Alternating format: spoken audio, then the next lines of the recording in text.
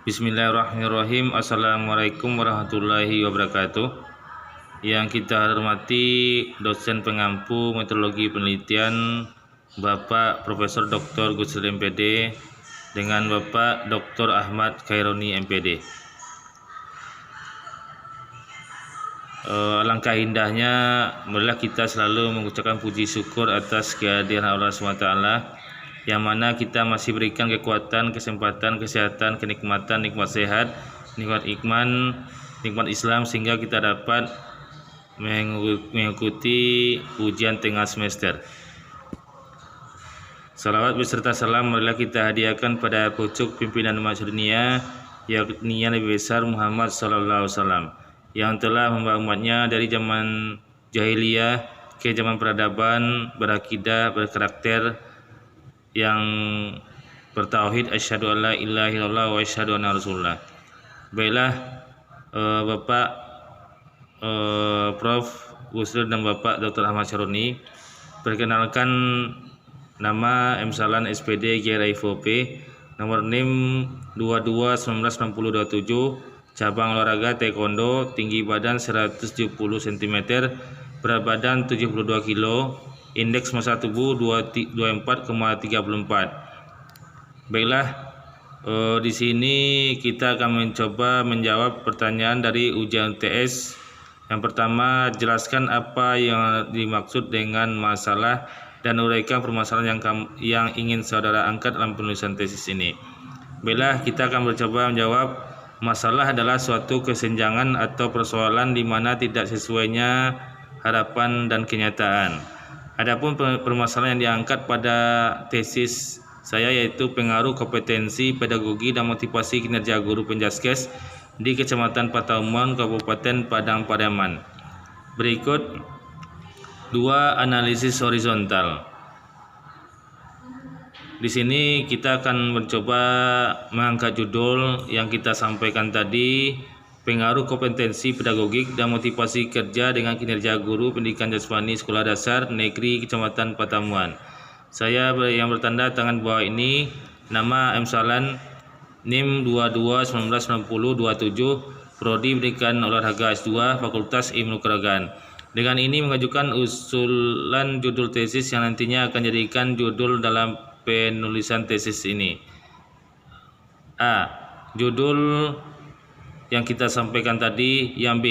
Berdasarkan pengamatan, maka penulis mengambil kesimpulan masalah yang terjadi adalah rendahnya tingkat kemampuan kompetensi pedagogik dan motivasi kerja dengan kinerja guru penjaskes sekolah dasar negeri Kecamatan Pataumuan. C. Jenis penelitian yaitu kuantitatif pada pelaksanaan metode survei dengan pendekatan deskriptif dan asosiatif. Variabel X1-nya yaitu kompetensi pedagogi, X2-nya variabelnya motivasi kerja dan kinerja guru sebagai variabel Y. D. Tempat penelitian yang kita gunakan di SDN Kecamatan Pataumuan. E. Instrumen penelitian. Untuk mendapatkan data dalam penelitian ini, penulis menggunakan alat pengumpulan data berupa 1. Teknik angket atau kuesioner yang disusun dengan sejumlah pernyataan menggunakan skala Likert, yaitu mengukur sikap, pendapat, dan persepsi seseorang tentang kejadian atau gejala sosial. Variabel kompetensi pedagogi, variabel motivasi kerja. 2. Variabel kinerja guru merujuk pada penilaian kinerja guru dan penilaian sasaran kinerja kepegawaian atau SKP. Yang F. Teknik analisis data. Teknik analisis data yang digunakan adalah statistik parametrik. Adalah suatu tes yang modelnya menetapkan adanya syarat-syarat tertentu tentang parameter populasi yang merupakan sumber sampel penelitiannya. Syarat-syarat itu biasanya tidak diuji dan dianggap sudah dipenuhi. Seberapa jauh makna hasil tes parametrik bergantung pada validitas anggapan atau asumsi tersebut. Tes parametrik juga menuntut bahwa skor yang dianalisis merupakan pengukuran yang sedikitnya berkekuatan skala interval. Yang G. Kerangka konseptual. Inti dari penelitian ini melihat kinerja mengajar dari seorang guru terhadap pembelajaran penjaskes di tingkat sekolah dasar negeri Kecamatan Pataumuan, Kabupaten Padang Pariaman. Kinerja merupakan hasil atau tingkat keberhasilan seorang secara keseluruhan selama periode tertentu di dalam melaksanakan tugas dibandingkan dengan berbagai kemungkinan seperti standar hasil kerja, target atau sasaran atau kriteria yang telah ditentukan terlebih dahulu dan telah disepakati bersama, sehingga kinerja mengajar guru dalam penelitian ini adalah unjuk kerja dalam mengelola pembelajaran sebagai realisasi konkret dari kompetensi yang dimilikinya berdasarkan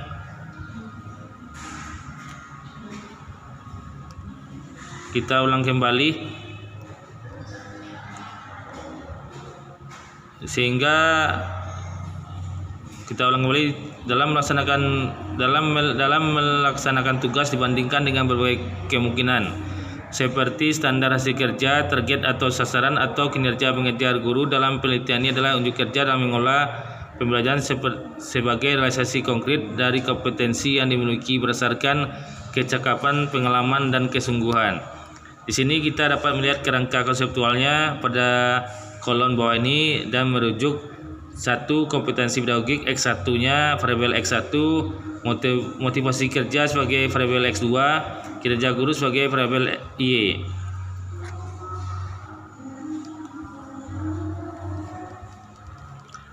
Kita lanjutkan soal ketiga.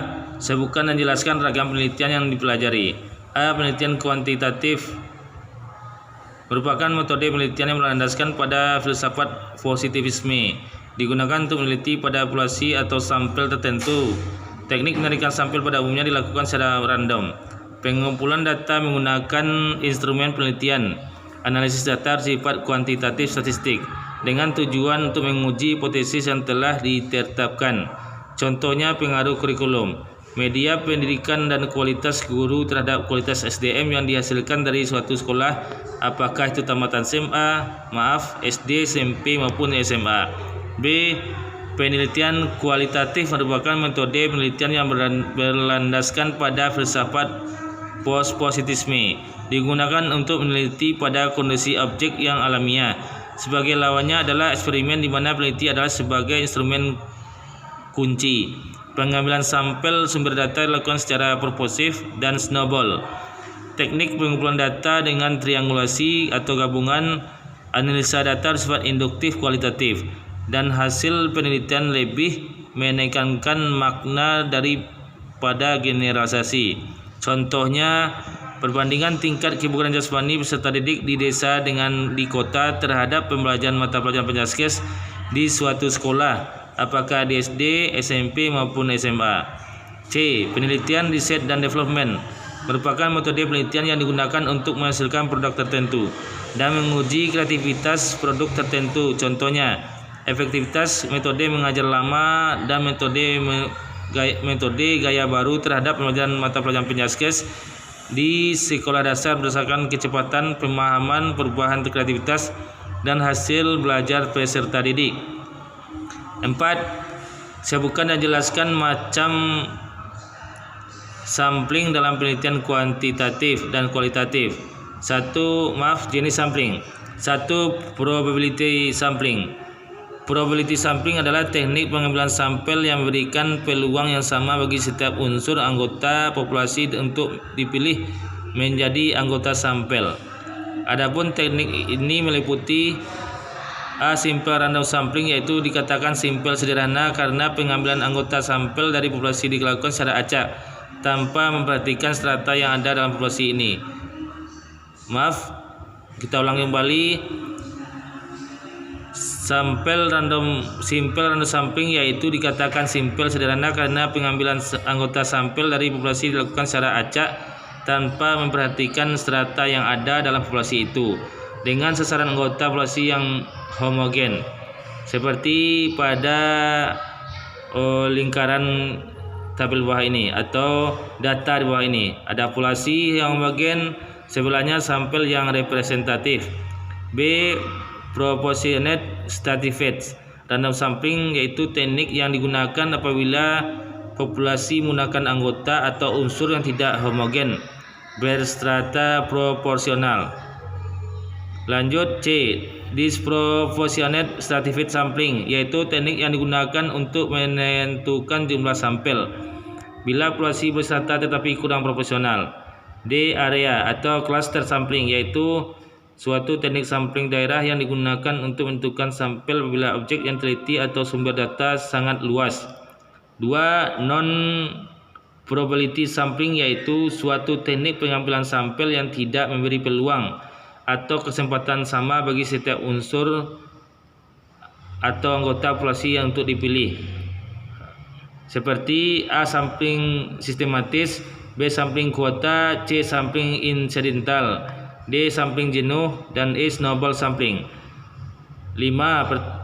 Jelaskan sistematika penulisan bab 3 dalam penelitian kuantitatif, eksperimen alfa, kualitatif, serta R&D. Baiklah, sini kita akan mencoba menjawab satu penelitian kuantitatif. Adapun sistematikanya, satu pendahuluan terdiri dari A. Latar belakang, B. Identifikasi masalah, C. Batasan masalah, D. Rumusan masalah, E. Tujuan penelitian, F. Kegunaan hasil penelitian. 2. Landasan teori kerangka berpikir dan pengajuan hipotesis, terdiri dari A. Deskripsi teori, B. Kerangka berpikir, C. Hipotesis. 3. Prosedur penelitian, terdiri dari metode, B. Populasi dan sampel, C. Instrumen penelitian, D. Teknik pengumpulan data, E. Teknik analisis data. Kita ulang, E. Teknik analisa data. 4. Organisasi jadwal penelitian, A. Organisasi penelitian, B. Jadwal penelitian. Yang kelima, biaya yang diperlukan pada penelitian kualitatif. Adapun penjelasannya, latar belakang. Latar belakang masalah berisi tentang sejarah dan peristiwa yang terjadi pada objek yang akan diteliti, tetapi peristiwa itu nampaknya ada penyimpangan dari standar keilmuan maupun aturan. Penyimpangan itu perlu ditunjukkan dalam data peneliti, juga perlu menuliskan mengapa hal itu perlu diteliti. Lanjut, identifikasi masalah. Semua masalah yang ada pada objek penelitian dikemukakan, baik masalah yang akan diteliti maupun tidak diteliti, ditunjukkan hubungan satu dengan masalah yang lain. Masalah yang diteliti umumnya merupakan variabel dependen. Berikut batasan masalah. Karena keterbatasan waktu, dana, tenaga, teori, dan supaya penelitian lebih mendalam, maka penelitian dibatasi pada beberapa variabel. Lanjut, rumusan masalah. Dinyatakan dalam kalimat tanya jelas dan spesifik. Dapat berbentuk rumusan masalah deskriptif, komparatif, dan asosiatif. Lanjut, tujuan penelitian. Berkaitan erat dengan rumusan masalah yang dituliskan dan terletak pada kesimpulan penelitian. Adapun kegunaan hasil penelitian kualitatif merupakan dampak dan tercapainya tujuan terdiri dari 2. A. Kegunaan untuk mengembangkan ilmu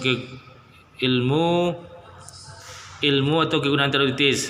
Yang B. Kegunaan praktis, yaitu membantu memecahkan dan mengantisipasi masalah yang ada pada objek yang diteliti. A. Deskripsi teori. Deskripsi teori merupakan teori-teori yang relevan dapat digunakan untuk menjelaskan tentang variabel yang akan diteliti, serta sebagai dasar untuk memberi jawaban sementara terhadap rumusan masalah yang diajukan atau hipotesis.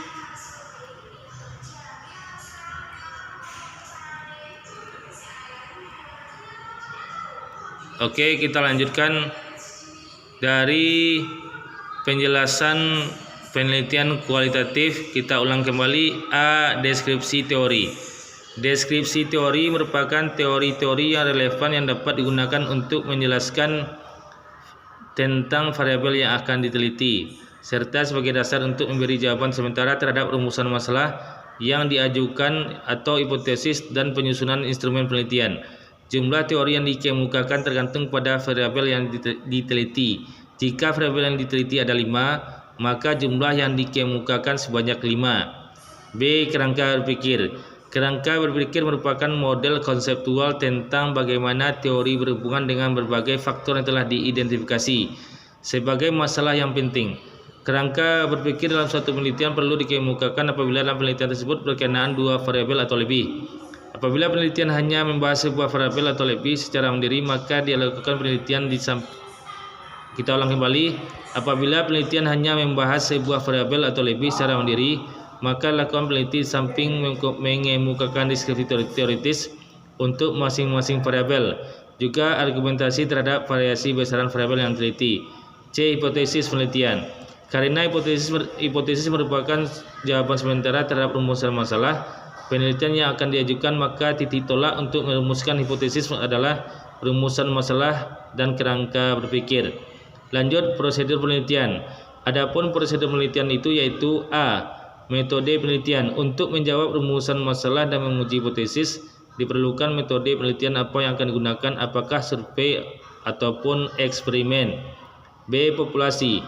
Populasi dan sampel digunakan sebagai sumber data. Apabila hasil penelitian akan digeneralisasikan atau kesimpulan data sampel yang dapat diberlakukan untuk populasi, maka sampel yang digunakan sebagai sumber data harus representatif.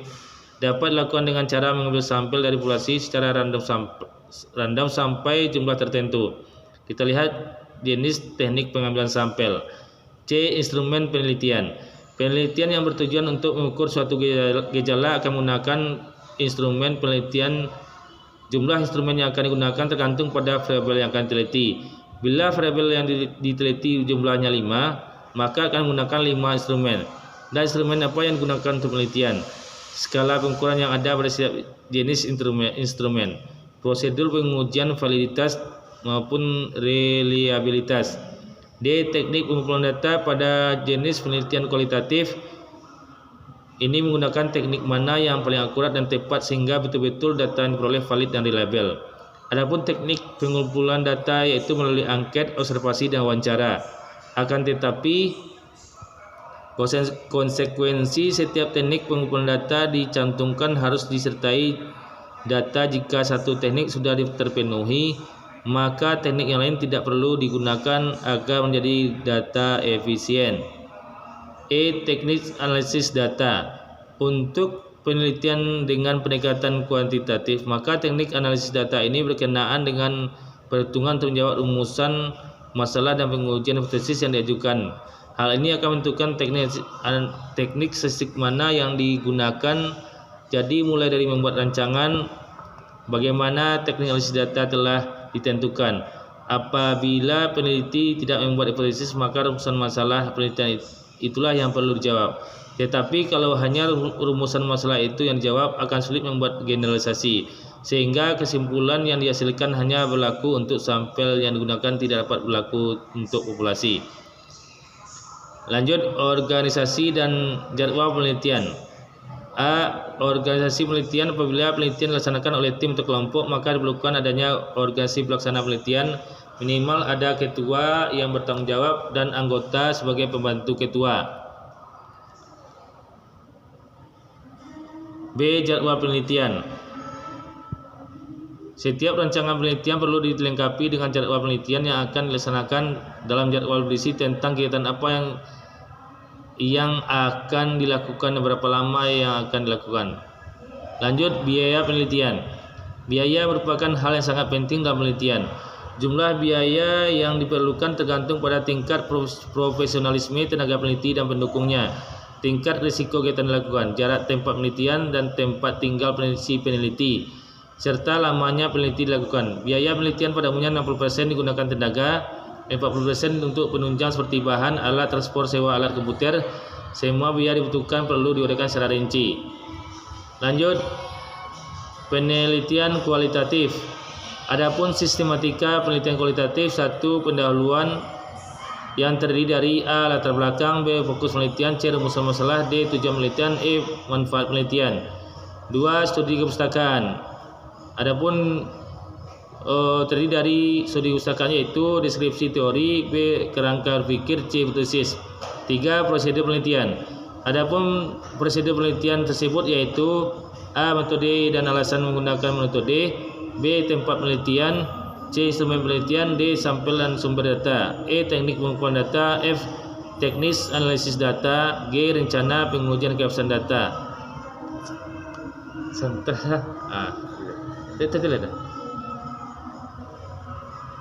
Empat. Organisasi dan jadwal penelitian.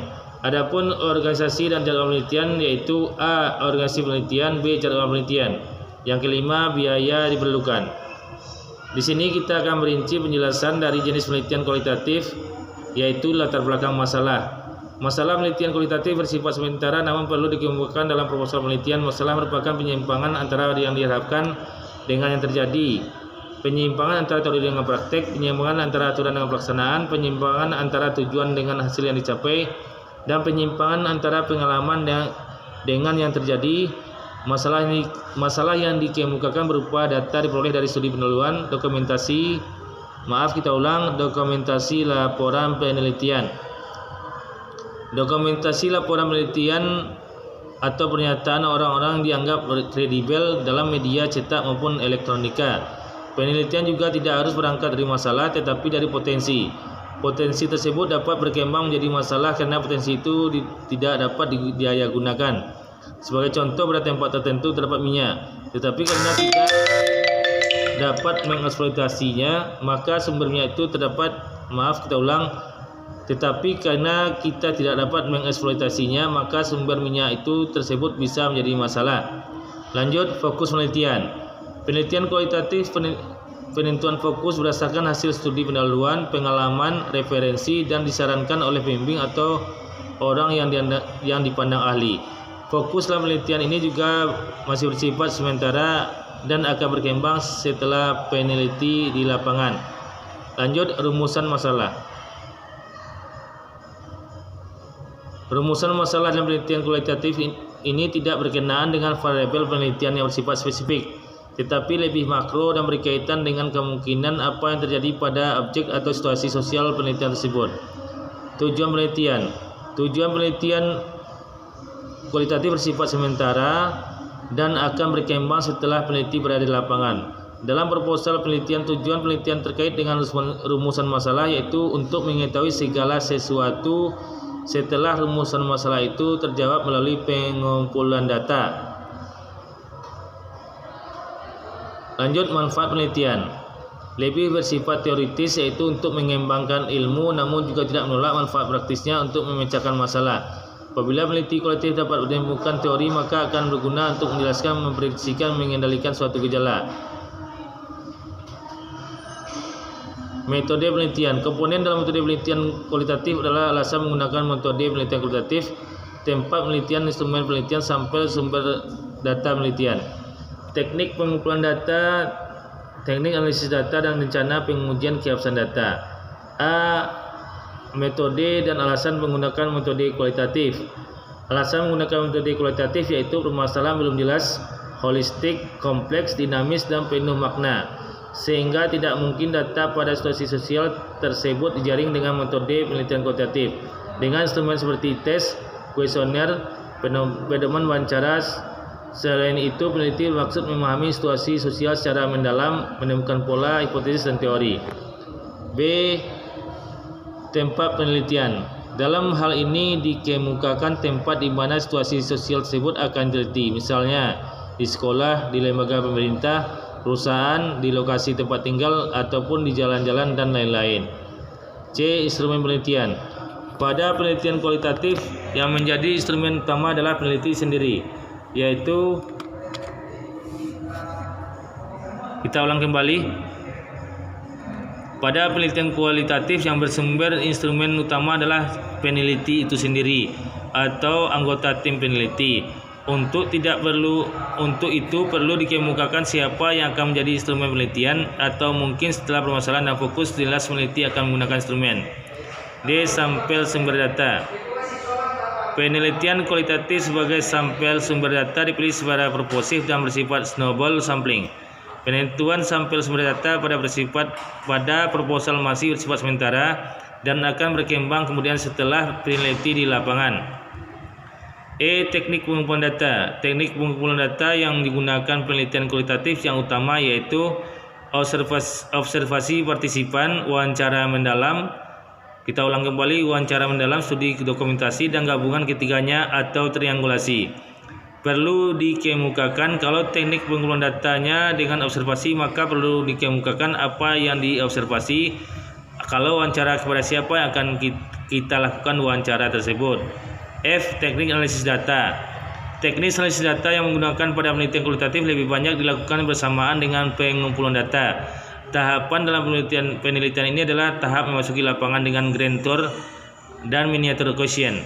Analisis datanya dengan analisis domain. Tahap 2 adalah menentukan fokus. Teknik pengumpulan data dengan miniature question.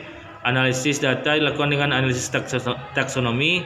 Selanjutnya pada tahap selection. Pertanyaan yang digunakan adalah pertanyaan struktural, analisis data dengan analisis konvensional, dan dilanjutkan analisis tema. G. Rencana pengujian keabsahan data. Uji keabsahan data meliputi uji kredibilitas data atau validitas data internal, uji dependabilitas, reliabilitas data, uji transferabilitas atau validitas eksternal generalisasi, dan uji konfirmabilitas objektivitas. Namun yang utama adalah uji kredibilitas data. Uji kredibilitas data dilakukan dengan perpanjangan pengamatan, meningkatkan ketekunan, triangulasi, diskusi dengan tema sejawat, member check, dan analisis kasus negatif. Lanjut, organisasi penelitian dan jadwal penelitian. A. Organisasi penelitian ini perlu dikemukakan bila penelitian dilakukan oleh tim yang terdiri dari ketua tim, beberapa anggota peneliti, pengumpulan data, bendahara, tenaga administrasi. Masing-masing perlu dikemukakan uraian tugas waktu yang tersedia. B. Jadwal penelitian. Penelitian kualitatif umumnya memerlukan waktu yang relatif lama, antara 6 bulan sampai 24 bulan. Untuk itu perlu direncanakan jadwal pelaksanaan penelitian. Jadwal penelitian Jadwal penelitian berisi aktivitas yang dilakukan dan kapan akan dilakukan. Pembiayaan merupakan hal yang sangat penting dalam penelitian. Jumlah biaya yang diperlukan tergantung pada tingkat profesionalisme tenaga peneliti dan pendukungnya. Tingkat risiko kegiatan dilakukan, jarak tempat penelitian dengan domisili peneliti, serta lamanya penelitian dilakukan. Biaya penelitian umumnya 60% digunakan untuk tenaga dan 40% untuk penunjang seperti bahan, alat transport, sewa peralatan komputer, sewa biaya yang dibutuhkan perlu diuraikan secara rinci. 3. Penelitian, riset dan development atau bisa dikenal dengan R&D. Adapun sistematikanya yaitu halaman judul, abstrak, pengantar, daftar isi, daftar gambar, dan daftar tabel. Bab 1 pendahuluan yang terdiri dari A. Latar belakang, B. Rumusan masalah, C. Tujuan penelitian, D. Manfaat. 2. Landasan teori, kerangka berpikir, dan pengujian hipotesis, yaitu terdiri dari deskripsi teori, kerangka berpikir, hipotesis, produk yang dihasilkan. 3. Prosedur penelitian. Adapun langkah-langkah penelitian. B. Metode penelitian tahap 1 terdiri dari 1. Populasi sampel sumber data, 2. Teknik pengumpulan data, 3. Instrumen penelitian, 4. Analisis data, 5. Perencanaan desain produk, 6. Validasi desain. C. Metode penelitian tahap 2 pada penelitian R&D. 1. Metode rancangan eksperimen untuk menguji produk yang telah dirancang. 2. Populasi sampel. 3. Teknik pengumpulan data. 4. Instrumen penelitian. Dan 5. Teknik analisis data. 4. Hasil penelitian dan pembahasan yang terdiri dari A. Desain awal produk, gambar, dan penjelasan. B. Hasil pengujian pertama. C. Revisi produk, gambar setelah revisi dan penjelasannya. D. Hasil pengujian tahap kedua, revisi produk dibuktikan dengan gambar setelah direvisi dan penjelasannya. F. Pengujian tahap 3, penyempurnaan produk dibuktikan dengan gambar terakhir serta penjelasan. H. Pembahasan produk. 5. Kesimpulan dan saran penggunaannya, terdiri dari A. Kesimpulan, B. Saran penggunaannya. Berikut sistematika dari penelitian R&D, Research and Development. Adapun daftar pustaka, lampiran instrumen, lampiran data, lampiran produk yang dihasilkan, berikut buku dan penjelasannya. Demikian hasil dari jawaban ujian tengah semester atas nama Amsalan yang kami sampaikan. Terlebih kurang mohon maaf. Atas perhatian Bapak kami ucapkan terima kasih. Assalamualaikum warahmatullahi wabarakatuh.